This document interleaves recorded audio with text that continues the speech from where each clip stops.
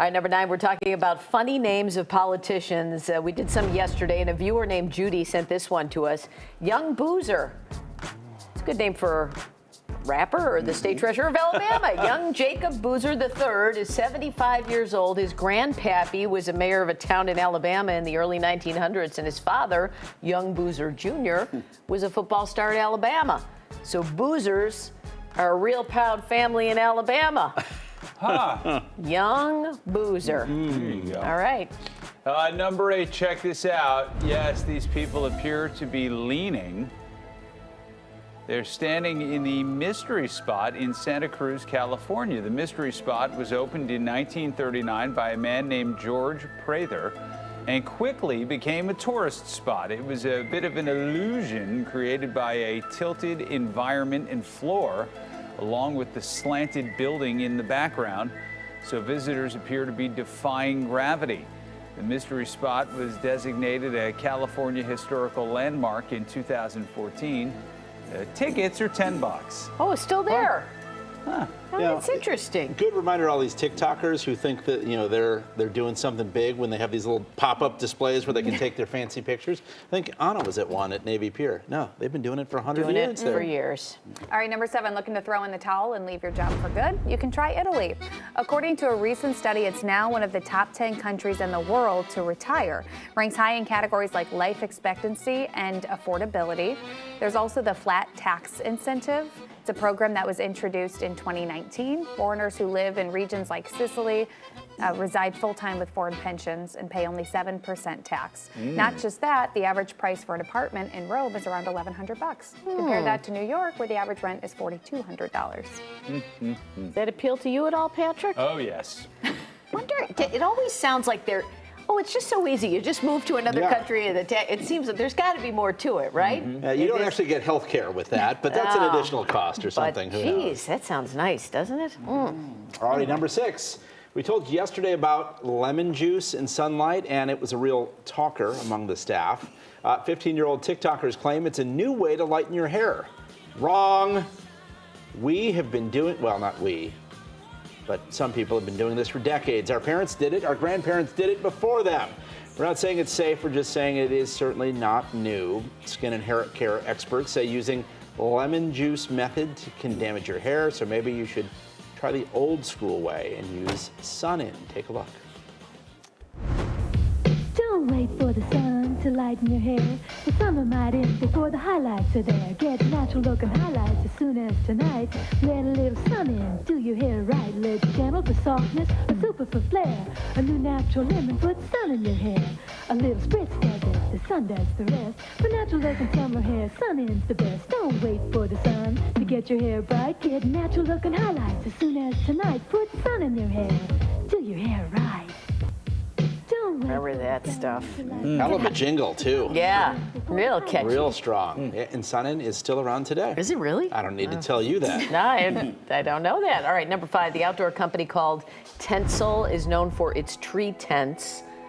They're like springy beds that hang above the ground, and this one is called the Universe Tent. It's the Swiss Army knife of tents. It fits 5 people for sleeping, and it can also be used as a hammock, and it floats on water like a raft. That means it's 3-element tent. You know, water, land, and what's the third one? Air, hammock. Oh, hammock. yeah. Float, yeah, hammock. Don't even get me started on hammocks. Yeah. Dangerous. Or the wilderness, or outside. Ooh, any of it. Land, water. Patrick. All right, number 4, Paul is off. In case you're wondering where he is, we have no idea, but there's a good chance he could be here. Yeah. It's his ideal vacation spot, a home in the middle of nowhere. It's actually a 7-bedroom lightkeeper's estate in Scotland. It's on a remote island, so there are no neighbors around. It has a helipad in case you need to keep your chopper somewhere. Otherwise, you can use a dinghy to get back and forth to the mainland. It's for sale for about $100,000. It is, however, a bit of a fixer-upper. All right, Morgan. Number 3, you may think they're annoying with their face in their phones all the time, but most of us, no matter our age, would quit our jobs to become full-time influencers. According to a new study, nearly 55% of people 18 to 60 years old say they would be willing to give it a shot. Nearly 65% would take money to promote a certain brand. And if you're wondering if you'd be good at it, experts say pay attention to how much you're on your phone. People who spend more than 5 hours a day on social media are likely to get paid to post stuff online. Now, Patrick, I feel like you do post stuff on social media. Yeah, I feel not like much anymore. Not I've as pretty much much as been you done. used to. Yeah, What stopped it for you? I don't care. I don't. Right? I know. don't- You get to the point where you're like, I don't want to share I everything. get enough attention. I don't need any more. It sure wasn't the kindness of comments. I don't need to be posting. Please, do you think that's deterring me? Yeah. I don't care. I guess it's like that. The amount of people that are sharing every detail, and to keep up with that is a lot. I know who I am. I know what I'm good at. I don't need other people to tell me. Yeah. Either that or our lives just aren't that interesting. That's true. Yeah. I mean, Here I I don't- am on the couch. There's Here people I am that do in the have kitchen. exciting lives, or maybe it's all just smoke and All mirrors. smoke and mirrors. Smoke and mirrors. They're all as boring as we are. Ben, that's your cue. What? Number 2, Americans drink a lot, but we aren't drinking as much as we used to. Peak booze consumption in the U.S. happened 200 years ago. And before that, our founding fathers loved knocking back a few. George Washington had a still on his farm, and James Madison consumed a pint of whiskey a day. After the Midwest Corn Belt was settled, whiskey became both plentiful and extremely cheap. American alcohol consumption peaked in 1830. It was the equivalent of 1.7 bottles of 80 proof liquor per person per week, which I don't need to tell you is a lot of booze. Today, the booziest place on earth is the Eastern European nation of Belarus.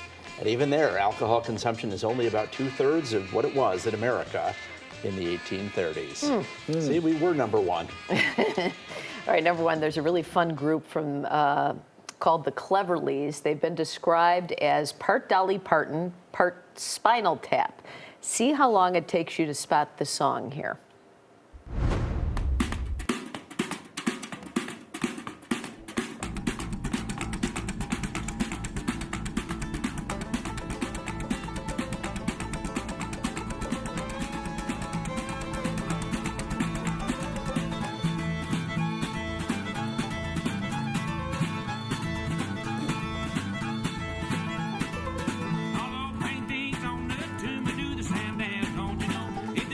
It's a bagel.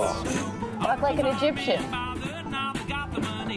You didn't just look at Morgan when you said that, did you? I did. I don't know why. Dead in the eyes. This is great. They may have done it best. What do we know about these guys? I feel like I should know something about them. Maybe that's for tomorrow's 9 at 9. Well, this video looks like it was shot in 1989.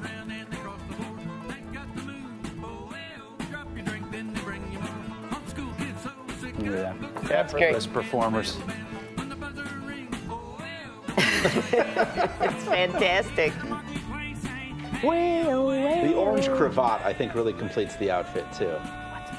Yeah, I have no idea. It's like a Sash fancy. star ascot. And being fancy again. That's the 9 at 9. The 9 at 9. Cravat.